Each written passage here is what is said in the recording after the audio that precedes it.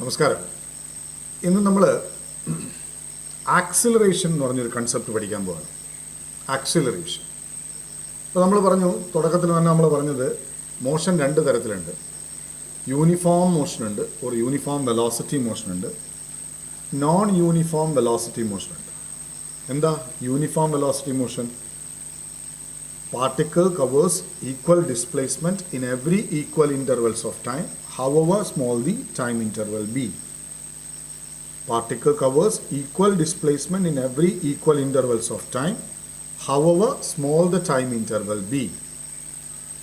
ഇതാണ് uniform velocity എന്ന് വെച്ചാൽ എത്ര ചെറിയ സമയങ്ങൾ എടുത്താലും എല്ലാ ചെറിയ സമയങ്ങളിലും നമുക്ക് കവർ ചെയ്യുന്നത് ഒരേ ഡിസ്പ്ലേസ്മെൻ്റ് ആണെങ്കിൽ അതാണ് യൂണിഫോം വെലോസിറ്റി മോഷൻ. യൂണിഫോം എന്ന വാക്ക് തന്നെ അങ്ങനെയാണല്ലോ, ഒരേപോലത്തെ കുപ്പായും പാൻറ് ഇടുമ്പോഴല്ലേ യൂണിഫോം എന്ന് വിളിക്കുക. അതുപോലെ ഒരേ ഡിസ്പ്ലേസ്മെൻറ്റ് കവർ ചെയ്യുമ്പോഴാണ് യൂണിഫോം മോഷൻ. ഇങ്ങനെ പോകും. നേരെ മറിച്ച് അങ്ങനെ പോയാലോ, കുറച്ച് രസമായിട്ട് പറഞ്ഞാൽ നമ്മുടെ അച്ചാച്ചൻ്റെയോ വല്യച്ഛൻ്റെയോ ഒക്കെ വണ്ടീൻ്റെ പിറകിലിരുന്നാൽ ഏതാണ്ട് എങ്ങനെയാണ് പോകുക? ഒരേ താളത്തിലാണ് പോകുക. നേരെ കുറച്ച് ഫ്രീക്കന്മാർ ചേട്ടന്മാരുടെ വണ്ടീൻ്റെ പിറകിൽ അങ്ങനെ തിരിച്ചു പോകും. റൈറ്റ്. അതാണ് നോൺ യൂണിഫോം മോഷൻ. അപ്പോഴാണ് അയാൾ എന്ത് ചെയ്യുന്നത്? അയാളിങ്ങനെ ആക്സിലറേറ്റർ ഞരണ്ടുണ്ട് അല്ലേ, ആക്സിലറേറ്റർ ഞരണ്ടുണ്ട്, ആക്സിലറേറ്റർ തിരിക്കുന്നുണ്ട്. അപ്പോൾ ആക്സിലറേറ്റർ എന്തിനാ? വെലോസിറ്റി മാറ്റാൻ. വല്യച്ഛനൊന്നും ആക്സിലറേറ്റർ തിരിക്കണേ, ആക്സിലറേറ്റർ മാറ്റേണ്ട ആവശ്യം വല്യച്ഛനില്ല. വണ്ടി ഓടിക്കുമ്പോൾ ഒരേ സ്പീഡിൽ ഇങ്ങനെ പോയി അതവിടെ പിടിച്ചു വെക്കുകയുള്ളൂ. ഞാനൊരു സിമ്പിൾ എക്സാമ്പിൾ പറഞ്ഞാണ്, റഫ് എക്സാമ്പിളാണ്, ഒരിക്കലും അത് പ്രായോഗികമായി ശരിയല്ല. എന്താ പറയുക, ഫിസിക്സ് പ്രകാരം അത് ശരിയല്ല. ഞാനൊരു സിമ്പിൾ എക്സാമ്പിൾ നിങ്ങൾക്ക് മനസ്സിലാക്കാൻ. ഒരേപോലെ പോകും. അതാണ് യൂണിഫോം വെലോസിറ്റി മോഷൻ. ഇന്നിപ്പോൾ നമ്മൾ നോൺ യൂണിഫോം വെലോസിറ്റി മോഷനാണ് പറയാൻ പോകുന്നത്. അതിൽ ആക്സിലറേഷൻ എന്ന് പറയുന്ന ഒരു കൺസെപ്റ്റ് ഉണ്ട്. ആക്സിലറേഷൻ എന്ന് പറഞ്ഞാൽ rate of change of velocity. എന്താണ് rate of change of velocity? Rate of change of velocity. സമയത്തിനനുസരിച്ച് വെലോസിറ്റിയിൽ ഉണ്ടാകുന്ന മാറ്റം, അല്ലെങ്കിൽ വെലോസിറ്റിയുടെ മാറ്റത്തിലുള്ള നിരക്ക്. ഈ നിരക്ക് എപ്പോഴും പറയാം സമയത്തിനനുസരിച്ച് മാറുമ്പോഴാണ് നിരക്ക് എന്ന വാക്ക് ഉപയോഗിക്കുക. റേറ്റ് എന്ന വാക്കിൻ്റെ അർത്ഥം അതാണ്, rate of change of velocity. അപ്പോൾ വെലോസിറ്റിയുടെ മാറ്റത്തെ നമുക്ക് ഡെൽറ്റ വി എന്ന് വിളിക്കാം. ഡെൽറ്റ എന്ന് പറഞ്ഞാൽ ചേഞ്ച് എന്ന അർത്ഥം, final minus initial, divided by ആ മാറ്റം ഉണ്ടാക്കാനെടുത്ത സമയം ഡെൽറ്റ ടി ആണെന്ന് ഇരിക്കട്ടെ. അപ്പോൾ ആക്സിലറേഷൻ എന്തായി? Delta V by delta T.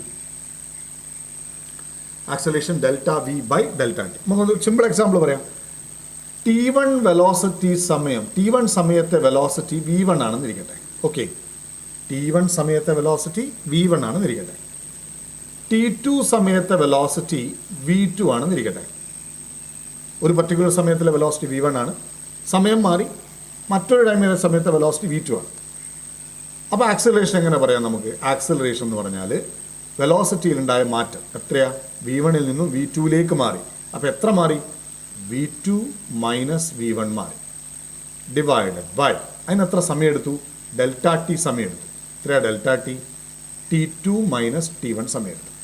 ഇതാണ് ആക്സിലറേഷൻ. അപ്പോൾ ഇതിൻ്റെ യൂണിറ്റ് എന്തായിരിക്കും? വെലോസിറ്റിയുടെ മാറ്റവും വെലോസിറ്റിയുടെ യൂണിറ്റ് സെയിം ആയിരിക്കും അല്ലേ. അപ്പം മീറ്റർ ബൈ സെക്കൻഡ് ആയിരിക്കും വെലോസിറ്റിയുടെ മാറ്റത്തിന്. ഇപ്പോൾ 3 മീറ്റർ പെർ സെക്കൻഡിൽ നിന്നും 7 മീറ്റർ പെർ സെക്കൻഡിലേക്ക് മാറി. അപ്പം 4 മീറ്റർ പെർ സെക്കൻഡ് മാറി. അപ്പം unit of change of velocity metre per second by second. അങ്ങനെയാണ് അത് എന്താവുന്നത്? മീറ്റർ ബൈ സെക്കൻഡ് സ്ക്വയർ, അല്ലെങ്കിൽ അതിന് മീറ്റർ സെക്കൻഡ് റേസ് ടു -2 എന്നൊക്കെ വിളിക്കും. അപ്പോൾ acceleration is the time rate of change of velocity. നോട്ടിൽ എഴുതേണ്ടത് acceleration is the rate of change of velocity. സിമ്പിളായിട്ട് അങ്ങനെ പറയാം. കുറച്ചും കൂടി വ്യക്തമായി പറഞ്ഞാൽ acceleration is the time rate of change of velocity. Acceleration is given by, or average acceleration is given by change of velocity divided by corresponding time. ഇനി instantaneous acceleration എന്നൊരു വാക്കാണ്. എന്താണ് ഇൻസ്റ്റന്റേനിയസ് ആക്സിലറേഷൻ?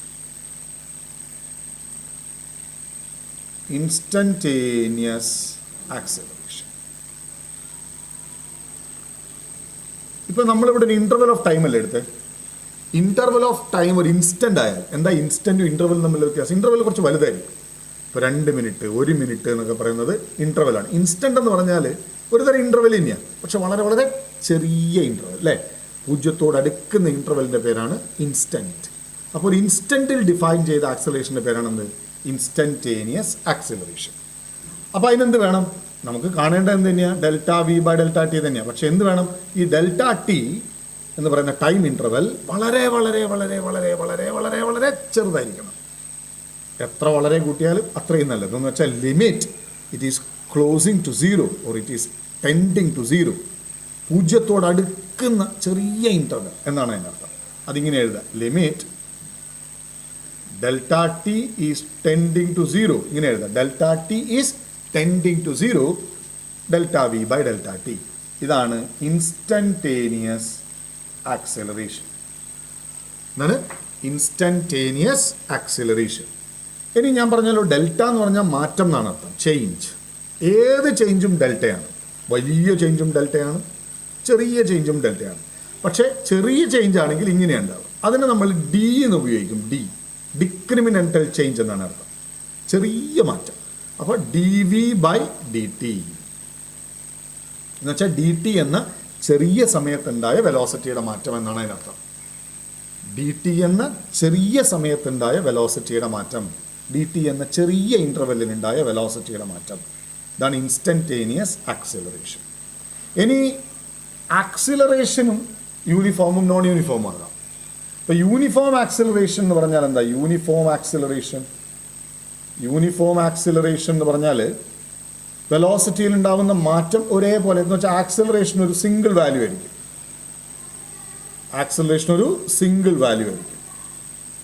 എല്ലാ 1 സെക്കൻഡിലും വെലോസിറ്റിയിൽ ഉണ്ടാകുന്ന മാറ്റം ഒരേ സമയം. ഒന്നാമത്തെ സെക്കൻഡിൽ 2 മീറ്റർ പെർ സെക്കൻഡ്, രണ്ടാമത്തെ സെക്കൻഡിൽ 4 മീറ്റർ പെർ സെക്കൻഡ്, അപ്പോൾ 2 മാറ്റം. മൂന്നാമത്തെ സെക്കൻഡിൽ 6 മീറ്റർ പെർ സെക്കൻഡ്. കൂടിപ്പോവാ വെലോസിറ്റി, കൂടിപ്പോവാ. പക്ഷെ ഓരോ 1 സെക്കൻഡിലും വെലോസിറ്റിയിൽ ഉണ്ടാകുന്ന ചേഞ്ച് സെയിം ആണ്. ഓരോ സെക്കൻഡിലും വെലോസിറ്റിയിൽ ഉണ്ടാകുന്ന ചേഞ്ച് സെയിം ആണ്. അതാണ് uniform acceleration motion. Non uniform acceleration motion ആകുമ്പോഴോ വെലോസിറ്റി മാറുന്നുണ്ട്, പക്ഷെ ആ മാറ്റം ഒരുപോലെയല്ല, മാറ്റത്തിൽ യൂണിഫോമിറ്റി. അതാണ് correct. Uniform acceleration motion velocity മാറുന്നുണ്ടെന്ന് മാത്രമല്ല, ആ വെലോസിറ്റിയുടെ മാറ്റത്തിനൊരു യൂണിഫോമിറ്റി ഉണ്ട്. പക്ഷേ നോൺ യൂണിഫോം ആക്സിലറേഷനിൽ വെലോസിറ്റി മാറുന്നുണ്ട്, ആ മാറ്റത്തിന് ഒരു തരത്തിലുള്ള യൂണിഫോമിറ്റിയും ഇല്ല. ഇതാണ് non uniform acceleration motion. Okay, ഇതിൽ നമുക്ക് പഠിക്കാനുള്ളത്, ഇപ്പോൾ നമ്മുടെ സിലബസിനകത്ത് പഠിക്കാനുള്ളത് നമുക്ക് ഈ വെലോസിറ്റി, യൂണിഫോം ആക്സിലറേഷൻ മോഷൻ മാത്രമാണ്. നമുക്കത് മുന്നോട്ട് വരുമ്പോൾ കാണാം. ഇനി ഇക്വേഷൻ ഓഫ് കൈനമാറ്റിക്സ് എന്ന് പറയുന്ന സംഗതികളിലേക്കാണ് നമുക്ക് എത്തേണ്ടത്. അതിന് മുമ്പേ നമുക്ക് പറയാം വെലോസിറ്റി ടൈം ഗ്രാഫ് എന്താണെന്ന് നോക്കാം. വി ടി ഗ്രാഫ് ഒന്നുമില്ല, വെലോസിറ്റിയും ടൈമും തമ്മിലുള്ള ഒരു ഗ്രാഫാണ്. ഇപ്പോൾ ഒരു ബോഡി യൂണിഫോം വെലോസിറ്റിയിലാണ് പോകുന്നതെന്ന് വിചാരിക്കുക. യൂണിഫോം വെലോസിറ്റി മോഷനാണ്. എന്താണ്? യൂണിഫോം വെലോസിറ്റി മോഷനാണ്. എന്നിട്ട് നമ്മളൊരു ഗ്രാഫ് വരയ്ക്കുകയാണ്. ആ ഗ്രാഫിൽ എക്സ് ആക്സിസിൽ ടൈമും വൈ ആക്സിസിൽ വെലോസിറ്റിയും വെച്ചു. അപ്പോൾ വെലോസിറ്റീനെയും ടൈമിനെയും ബന്ധപ്പെടുത്തുന്ന ഗ്രാഫിൻ്റെ പേരാണ് വെലോസിറ്റി ടൈം ഗ്രാഫ്. ഓക്കെ, ആ വെലോസിറ്റി ടൈം ഗ്രാഫിൽ നമ്മൾ എക്സ് ആക്സിസിൽ ടൈമിനെയും വൈ ആക്സിസിൽ വെലോസിറ്റീനെയും വെച്ചു. ഇപ്പോൾ യൂണിഫോം വെലോസിറ്റി എന്ന് പറയുമ്പോൾ എന്താ? നിങ്ങൾ ഏത് സമയം എടുത്തപ്പോൾ 0 time, 1 time, 2 time, 3 time, 4 seconds, 1, 2, 3, 4, etc. Suppose v = 2 metre per സെക്കൻഡിലാണ് പോകുന്നതെന്ന് വിചാരിക്കുക. ഇതാണ് 1 metre per second, 2 metre per second, 3 metre per second, അങ്ങനെ പോകാം. 1, 2, 3. ഇപ്പോൾ 2 മീറ്റർ പെർ സെക്കൻഡ് എന്ന് വെച്ചാൽ 0 ടൈമിലും 2, 1 ടൈമിലും 2, 2 ടൈമിലും 2 തന്നെ, എല്ലാ സമയത്തും ഒരേ വെലോസിറ്റി. ശരിയല്ലേ? അപ്പോൾ യൂണിഫോം വെലോസിറ്റിയാണ്, ഒരേ ലൈനില്ല. ഇതിൻ്റെ അർത്ഥം വണ്ടി ഇങ്ങനെ പോയി എന്നല്ല കേട്ടോ, അല്ലെങ്കിൽ ഒബ്ജക്റ്റ് ഇങ്ങനെ മൂവ് ചെയ്തു എന്നല്ല. ഇത് ഒബ്ജക്റ്റിൻ്റെ വെലോസിറ്റിനെയും ടൈമിനെയും ഓരോരോ പൊസിഷനിൽ വരച്ച, അല്ലെങ്കിൽ ഓരോ പോയിന്റിൽ വരച്ച ഗ്രാഫ് മാത്രമാണ്, അല്ലാണ്ട് ഇത് ബോഡി സഞ്ചരിച്ച വഴിയല്ല. ഇനി എന്താ നമുക്കിതിൽ വേണ്ട കാര്യം? നമുക്കിതിൽ വേണ്ട ഒരു കാര്യം എന്താ വെച്ചാൽ, ഒന്ന്, ഈ ഗ്രാഫിൻ്റെ ഉപയോഗം എന്താ? ഇത് ഇപ്പോൾ ഞാനിതിൻ്റെ വാല്യൂ കൊടുക്കുന്നതിന് പകരം നമ്മളിതിനൊരു ഇതിട്ടാൽ, ഇതാണ് വി എന്ന് പറയുന്ന സംഭവം, ഇത്രയാണ് ടി അല്ലേ, ടൈം. ഇപ്പം വാല്യൂ ഇടുന്നതിന് പകരം if I place it like we and T സമയം, വി എന്ന വെലോസിറ്റിയിൽ ടി സമയം സഞ്ചരിച്ചു. എന്തായിരിക്കും ഈ ഏരിയ ലെങ്ത് ഇൻറ്റു ബ്രെഡ്ത്ത്. ഇതിപ്പോൾ റെക്ടാങ്കിൾ ആയതുകൊണ്ട് ലെങ്ത് ഇൻറ്റു ബ്രെഡ്ത്ത് അല്ലേ. ലെങ്ത് എന്താ? Length is time. ബ്രെഡ്ത്ത് എന്താ? Velocity. So velocity into time, അതല്ലേ ഡിസ്പ്ലേസ്മെൻറ്റ്. അപ്പോൾ എന്താ നമ്മളതിൽ നിന്ന് മനസ്സിലാക്കുക? നമ്മളതിൽ നിന്ന് മനസ്സിലാക്കേണ്ടതെന്ന് വെച്ചാൽ വെലോസിറ്റി ടൈം ഗ്രാഫ് എടുത്തിട്ട് ആ വെലോസിറ്റി ടൈം ഗ്രാഫിൽ ഗ്രാഫ് ടൈം ആക്സിസുമായിട്ട് എൻക്ലോസ് ചെയ്യുന്ന ഏരിയ ശ്രദ്ധിക്കണേ.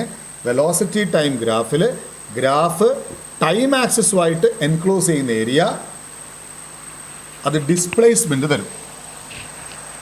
ഗ്രാഫ് ടൈം ആക്സിസുമായിട്ട് എൻക്ലോസ് ചെയ്യുന്ന ഏരിയ ഡിസ്പ്ലേസ്മെൻറ്റ് തരും.